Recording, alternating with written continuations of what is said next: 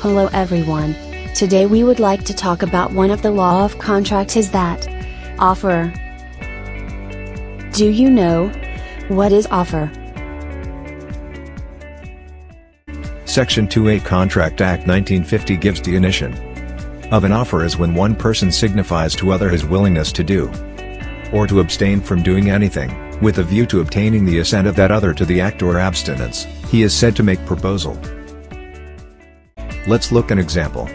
Alia, I promise to pay to you Rm50 if you agree to let me park my car in front of your house for 3 days, starting tomorrow morning. Sure. You can park your car in front my house.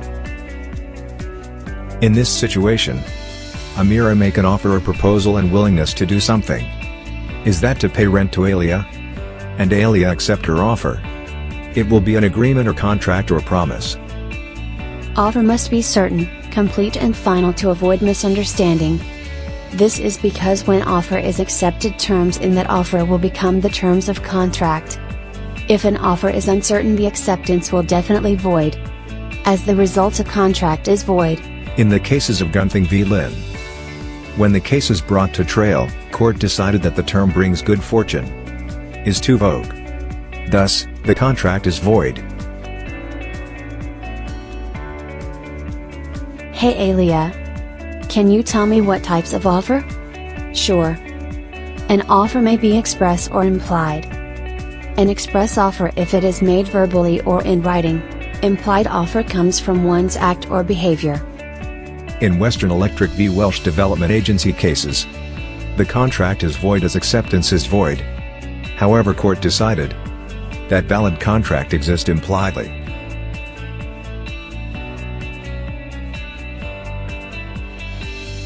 Offer can be made to one person and a group of person or to the whole world.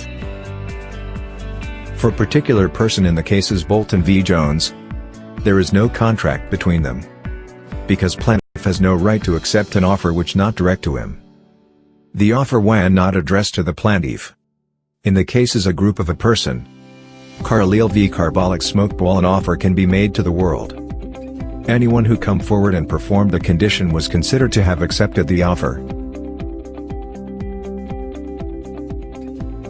Communication of a proposal can be complete when it comes to the knowledge of the person to whom it is made. For example, Ali send letter to Abu that reads, I would like to sell to you my car for the price of Rm50,000. Communication of an offer is complete when Abu received the letter. Offer is revoked if an offeree fails to fulfill a condition precedent to acceptance. Let me give an example. Abu says to Ali, I will give you Rm50 with a condition. You finish all the work that I give you before 5 p.m. Offer made by Abu is revoked if Ali fails to finish before 5 p.m. When proposer of communication can be revoked. A proposer may be revoked at any time before the communication of its acceptance is complete as against the proposal, but not afterwards. For example, Sarah want to sell her pigeons to City, then City said, I'll give you my answer whether I want to buy or not on Wednesday. Sarah may revoke his offer to City before Wednesday. An offer must be differentiated with an invitation to treat. When offer is accepted, IT will render an agreement to be valid contract. A different situation when an invitation to treat is accepted. Every day we read many kinds of invitation to tender in a newspaper. Tender situation is where Alex invites a supplier or few supplier to tender a quotation for goods or services. An action taken by Alex is not offer. Therefore Alex is not bound to accept the lowest bid or any bid. An offer is actually made by supplier to Alex. Auction. When a person who bids for offer to buy can make verbally or by action such as waiving a catalog. In auction, earlier offer and acceptance automatically void when a higher bids is made. Hence, an auction is only to treat. Auctioneer has right to pull away any goods from auction before any offer is accepted. Advertisement. is when people would think that an advertisement in a newspaper, radio or seen on television is an offer. Normally, it happens in a unilateral contract. The situation is when one party bind himself with a conditional promise and let the other party to either fulfills or not the condition. That is not an offer. Now, many shops use the concept of self-service. The customers enter and choose goods and then take to the counter to pay. Law has approved that sale in a self-service shop take place at the payment counter. The court held that the display was only an invitation to treat, not offer.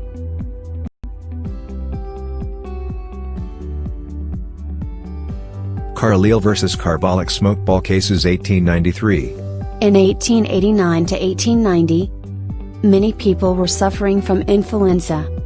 And almost 1 million people died of it. So, a carbolic smokeball company made a product called Smokeball. It claimed to be a cure for influenza. The company published advertisements in the Pall Mall Gazette and other newspapers on November 13, 1891, claiming that it would pay £100 to anyone who got sick with influenza after using its product according to the instructions set out in the advertisement. In seeing this advertising, Mrs. Carlile the plaintiff went to pharmacy to bought one smokeball. She used 3 times daily or 2 week. From mid-November, until January 17, 1892. At which latter date, she had an attack on influenza. Thereupon, her husband wrote a letter for her to the defendants, stating what had happened, and asking for £100 as promised in the advertisement. They refused. And this action was brought in court before Hawkins J. and a special jury. The arguments were heard on both the sides. The Court of Appeal unanimously rejected the company's arguments, and held that there was a fully binding contract for £100 with Mrs. Carlile. The Court of Appeal found for the claimant, determining that the advert amounted to the offer for a unilateral contract by the defendants. In completing the conditions stipulated by the advert, Mrs. Carlile provided acceptance. The court further found that the advert's own claim to sincerity negated the company's assertion of lacking intent. An offer could indeed be made to the world. Wording need only be reasonably clear to imply terms rather than entirely clear. And consideration was identifiable in the use of the balls.